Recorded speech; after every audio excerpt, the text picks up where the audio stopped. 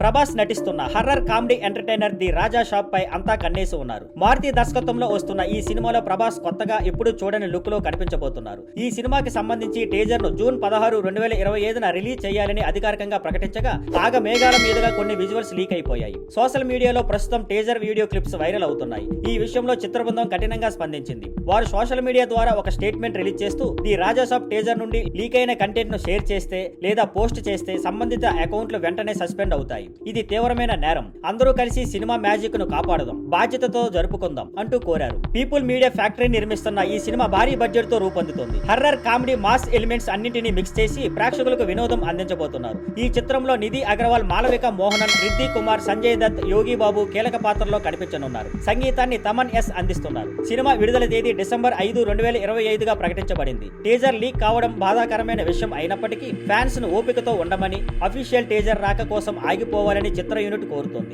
Cinema magic ను వృద్ధి చేయడంలో అందరూ సహకరించాలని కోరుతున్నారు. Thank you for watching. Please like, share and subscribe.